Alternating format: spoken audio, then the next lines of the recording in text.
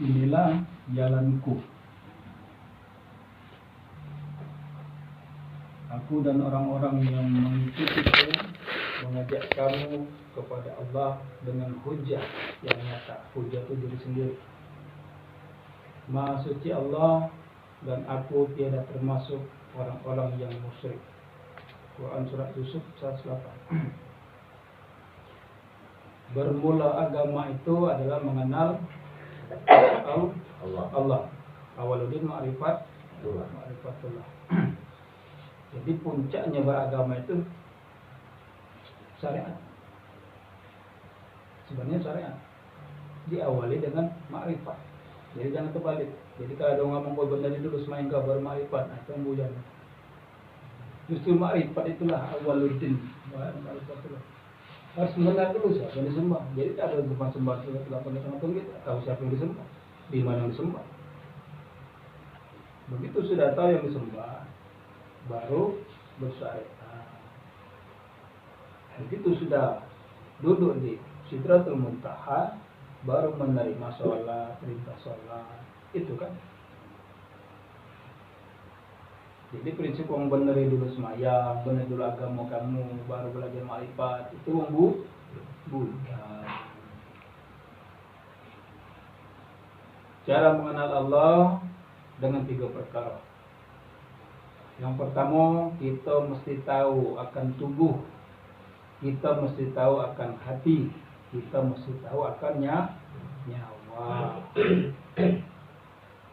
Tubuh itu ada 3 bagian. Tubuh kasar, tubuh halus, tubuh batin. Kasar, halus, batin. Jadi tubuh itu ada 3 bagian. Maksud tubuh kepada hati, maksud hati kepada nyawa, maksud nyawa kepada Allah. Jalannya ada 4. Yang pertama syariat, yang kedua tarekat, yang ketiga hakikat, keempat ma'rifat. Maka dikatakan buruk itu berkaki 4. Karena buruk itulah yang nak ngajak kita ke Sidratul Muntaha. Apa dia ngomong ke kakinya 4? Itulah jalannya tadi. Syariat, tarekat, hakikat, dan ma'rifat. Syariat itu pegang syariat tubuh yang kasar. Tarekat itu pegang tubuh yang halus. Hakikat itu pegang tubuh yang batin. Ma'rifat pegang Tuhan Allah yang Maha Kuasa. Artinya kalau sudah berbicara ma'rifat, diam. Zikir, hati-hati. Mengingat, hati-hati. Meminta, hati-hati. Batasan, hati-hati. Jarak, hati-hati. Paham? Diingat ke ma'rifat itu. Jadi tak kata lagi bicara aku dekat, aku rindu, atau yang kosong. Itu makhluk. Kalau masih status makhluk, berarti masih dalam status masih. Ya. Syariat itu jadi tubuh, tarekat itu jadi hatinya, hakikat itu jadi nyawanya, ma'rifat jadi rasa. Jadi kalau nak ma'rifat itu bermain dirasa. Dirasakan, bukan mencari rasa, bukan merasa rasa. Dirasakan. Syariat tubuh kasar bunyi zikirnya la ilaha illallah. Tarekat yang tubuh halus bunyi zikirnya Allah. Hakikat yang tubuh batin zikirnya Allah. Tapi sudah sirri hakikat. Ma'rifat Allah yang punya segalanya. Zikirnya tiada berhuruf, tiada bersuara, lenyap selenyap-lenyapnya, karam sekaram-karamnya. Katanya tidak berlaku lagi pola pikir, akal, nafsu. Itu yang dikatakan berma'rifat. Tak ada lagi pengakuan di situ. Syariat adalah jalan tubuh. Tahu ketiadaan tubuh kita lahir dan batin. Zahirnya tubuh, batinnya anggota. Tarekat adalah jalannya hati. Jadi kalau syariat tadi jalan tubuh, tarekat jalannya hati. Tempat bergantung baik dan buruk, lahir dan batin. Zahirnya akal, batinnya pengenal, ingat kepada Allah. Hakikat adalah jalan nyawa. Kalau tarikat dari jalan hati, hakikat jalan nyawa. Mencari jalan kepada Allah, lahir dan batin. Zahirnya angin, batinnya Muhammad. Ma'rifat adalah jalan rahasia. Jadi Allah yang punya urusan itu. Zahir dan batin, zahirnya Muhammad, batinnya Allah. Jadi tubuh kita nih hakikatnya jasad Muhammad. Batin kita tuh hakikatnya batin Muhammad. Maka dikatakan ada 4 Muhammad di diri kita ini. Muhammad awal, Muhammad akhir, Muhammad zahir, Muhammad batin. Syariat, kalau mati dikuburnya di bumi yang tak berpijak. Ini bahasa kias, bahasa dibahas dulu. Tarekat, kalau mati dikuburnya di langit tak berbintang. Hakikat, kalau mati dikuburnya di angin yang tak berhembus. Ma'rifat, kalau mati dikuburnya di laut yang tak berombak. Ini bahasa kias. Lagi kita bahas. Pening pala bahas kias. Mati syariat ialah mati tabi'i. Mati tarekat, mati maknawi. Mati hakikat ialah mati suri. Mati ma'rifat, mati hisi. Mati tabi'i yang mana?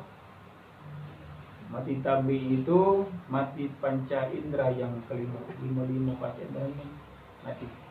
Itu mati syariat. Seluruh anggota tubuhnya secara lahir dan batin telah membaca Allah dan suara alam ini seolah alam berzikir dan terdengar membaca kalimat Allah. Berzikir dengan sendirinya hingga yang tinggal hanyalah rasa rindu terhadap Allah. Syariat, masih ada rasa rindu, masih ada jarak, masih ada bahasa omong kosong. Aku rindu, aku cinta Allah. Orang yang telah merasakan mati tabi itulah orang yang telah sampai dengan rahmat Allah pada magam tajli afalullah, nyata perbuatan Allah Subhanahu wa taala. Itu mati tabi. Mati maknawi yaitu merasakan dirinya lahir dan batin telah hilang dan seluruh alam ini telah lenyap semuanya. Yang ada hanyalah kalimat Allah semata. Dimanapun ia memandang, kalimat Allah yang ditulis dengan nur Muhammad. Orang yang telah merasakan mati maknawi itulah orang yang telah sampai dengan rahmat Allah pada magam asma, atau biasa disebut magam tajalli asma, nyata nama Allah SWT. Artinya begitu kita memandang benda itu, di situ kita melihat lapas. Artinya ini baru di mati maknawi. Segala bentuk wujud yang kita lihat itu wujudnya Allah, wajahnya Allah, zatnya Allah, ada lapas di situ. Nah, ini kita besok baru dikatakan mati makna.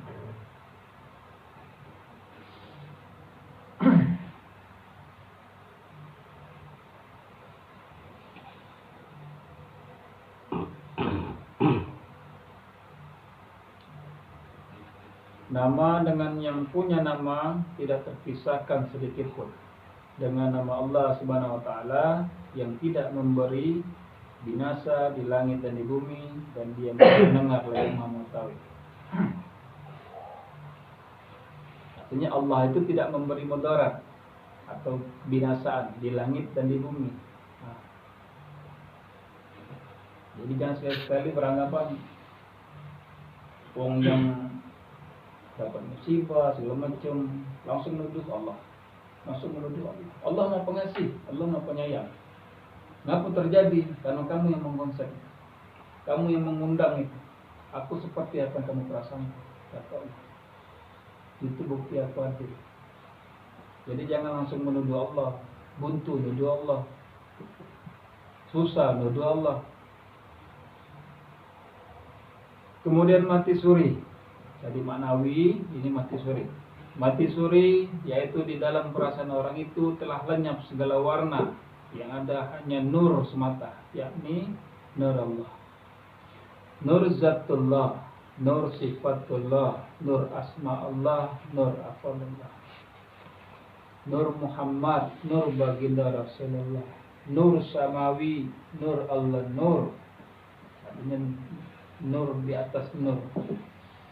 Segala sesuatu kita melihat nur di atas nur. Asal dari nur, maka dikatakan mati suri. Inilah orang yang telah diberi pelita oleh Allah untuk meluruskan jalannya. Orang yang telah merasakan mati suri adalah orang yang telah sampai dengan rahmat Allah pada magam tajalli sifat Allah. Kemudian yang keempat mati hisi. Tadi mati suri, ini mati hisi. Mati hisi yaitu dalam perasaannya telah lenyap kalimat Allah dan telah lenyap pula seluruh alam ini secara lahir dan batin, dan telah lenyap pula nur yang tadinya terang benderang. Yang ada dan dirasakan adalah zat Allah. Bahkan dirinya sendiri pun dirasakannya hilang, musnah. Ia telah dibunuh Allah Subhanahu wa taala, dan Allah lah yang mengganti sebagai gantinya. Sebagaimana firman Allah Subhanahu wa taala dalam hadits qudsi, bahwasannya hambaku apabila aku telah mengasihaninya, aku bunuh ia, lalu apabila telah aku bunuh, maka akulah sebagai gantinya. Paham tak maksud? Jadi kalau kamu sudah merasa Allah, maka kepintaran itu Allah yang mesti. Kalau kamu sudah merasa katik tenaga, katik kekuatan, maka Allah yang menggantikan kekuatan. Siapa baca melawan kekuatan Allah? Makhluk mana? Ngapa tak galak? Ngapa masih nak ngaku-ngaku tenak kekuatan kamu? Kekuatan kita ada batas. Tapi kalau Allah yang menggantikan kekuatan dia tu, siapa yang nak baca?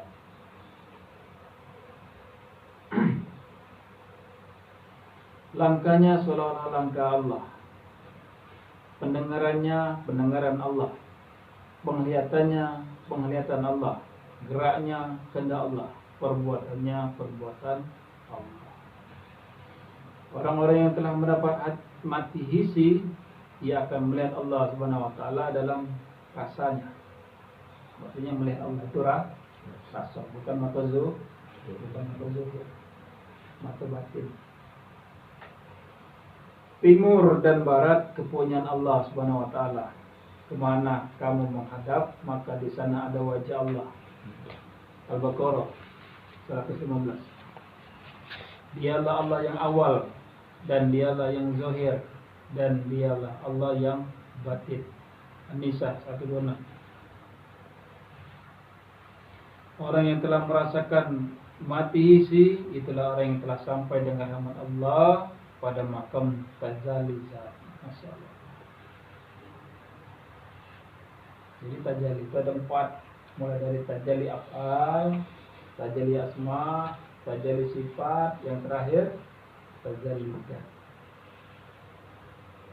Ini yang puncaknya, ini tajalli zat. Kita bermain rason, bukan akal-akalan. Jadi begitu kita melihat gelas itu, masih itu nggak ada gelas, itu kan masih butuh. Tapi kalau kita melihat gelas itu, ada zatnya di situ, hilang gelas itu, berganti dengan zat tajalli zatnya, itu rohani yang sudah mulai. Artinya sudah masuk di mati hisi.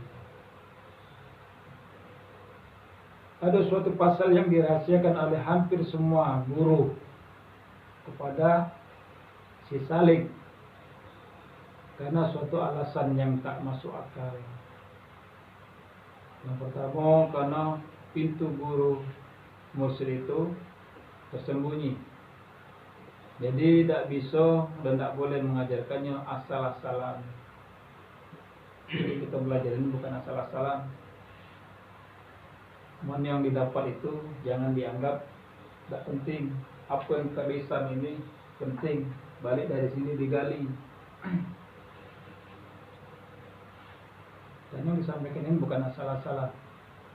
Itu yang pertama. Yang kedua, si Salik butuh dasar ilmu, pengertian yang lebih dari cukup. Maksudnya dia mesti cerdas menerima dunia hakim. Karena kalau tidak, si salik tidak akan pernah bisa paham dan mengerti, bahkan bisa stres, bisa gila, atau yang pembimbing, yang guru, sang guru bisa dicap sesat oleh murid. Ada kamu ngomong gitu? Ya. Oleh sebab itu, dinul haq ini tidak diajarkan kepada orang-orang yang belum pernah belajar tentang ilmu tauhid atau asma atau sifat 20. Sebab dinul haq ini berisi ilmu-ilmu khusus, pelajaran mengenal diri atau tata cara mengenal Allah, Sang Pencipta alam dan segala isi. Tujuan belajar ini supaya sempurna segala amal ibadah. Maksudnya tidak melangkahi kodrat dan irodatnya sebagai manusia wajar.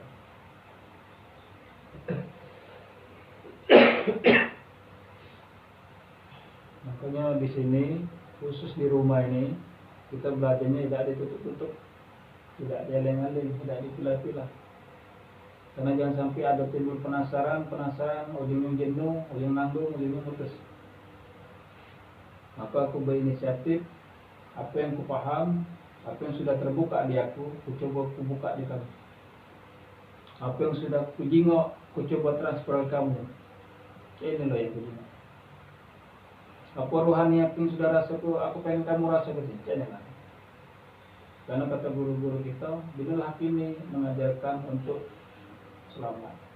Maka aku minta kamu selamat. Aku minta itu berarti kamu berejo. Bukan aku nak menyelamatkan, tapi kamu itu selamat, berejo. Jadi jangan disamakan belajar syariat, jangan sampai belajar fikih. Hafal-hafalan doa ruku, hafal-hafalan bacaan sujud, hafal-hafalan ini segala macam. Itu kan hafal-hafalan kalau.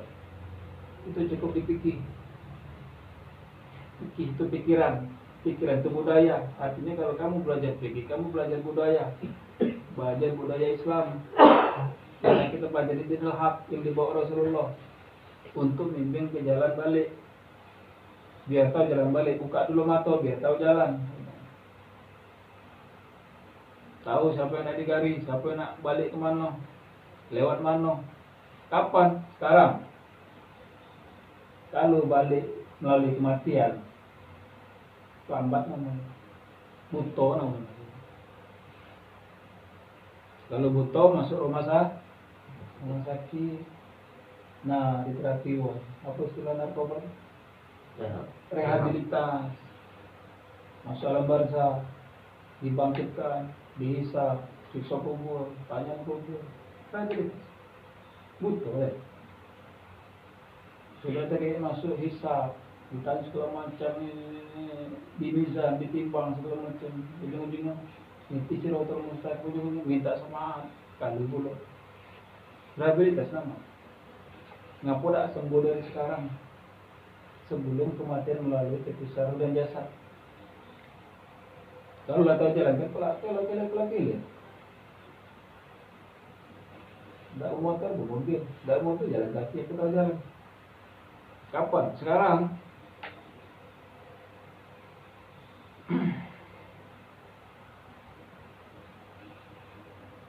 Karena inilah kenyataannya dan inilah kebenarannya. Silakan buktikan sendiri jika tidak percaya. Ketahuilah tanpa yang hidup, jasad tidak ada artinya. Tapi kebanyakan wong menjaga benda mati, jasad ini. Kebanyakan wong. Sedangkan kita tahu bila mati, jasad akan membusuk dan ditanam atau dibakar. Membuktikan bahwa mati ialah bila hidup yang menghidupkan jasad tadi meninggalkan jasadnya. Artinya penting di sini roh. Karena ruh adanya nyawa, karena nyawa muncul anak hidup. Nyata, siapa hidup itu? Kita per-peran, siapa hidup itu? Pajak. Per-peran kita terang-terangan, yang hidup siapa? Nah, pegang. Yang hidup itu Allah itu hidup. Nyawa itu siapa? Muhammad. Nyawa itu Muhammad, hidup itu Allah. Maka bersaksilah nyawa ke hidup, la ilaha illallah. Maka bersaksi pula hidup ke nyawa Muhammadur Rasulullah. Paham? Pegang ya? Gigit pakai gigi berapa? Jangan lupa sudah.